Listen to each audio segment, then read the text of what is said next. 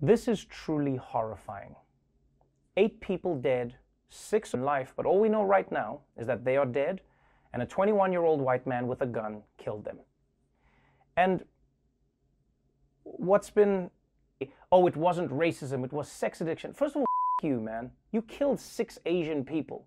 Specifically, you went there. If there's anyone who's racist, it's a mother who kills 6 Asian women. Your murders speak louder than your words. 6 Asian women were killed. And you know, in a way, what makes it even more painful is that we saw it coming. We see these things happening. People have been warning.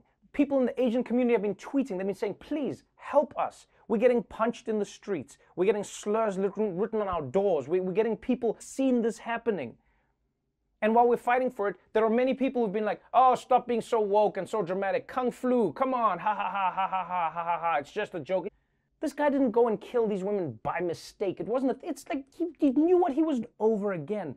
America sees things coming. It knows something is going to happen, but it does nothing to stop it. But then is all in on saying, oh, America does this time and time again. A country that wants to fight the symptoms and not the underlying conditions that cause those symptoms to take effect. Racism, misogyny, gun violence, mental illness. And honestly, this incident might have been all of those things combined, because it doesn't have to be one thing on its own. America is a rich tapestry of mass shooting motivations. But whatever you do, please don't tell me that this thing had nothing to do with race. Even if the shooter says that, he thinks it had to do with his sex addiction. You can't disconnect this violence from the racial stereotypes that people attach to Asian women. This guy blamed a specific race of people for his problems and then murdered them because of it. If that's not racism, then the word has no meaning. And as if the violence, as if the trauma isn't enough, the part that breaks my brain, and I think so many people get affected by this as well, because it feels like you're crazy when you're watching it, is where you see the police officer come out and almost trying to humanize the shooter more than the people who got shot. He was at the end of his rope. It was a bad day for him. For him? Yo, yesterday was a bad day for him? No, yesterday was a bad day for all the people who lost their lives. It's a bad day for, it's always interesting who police try and find the humanity in.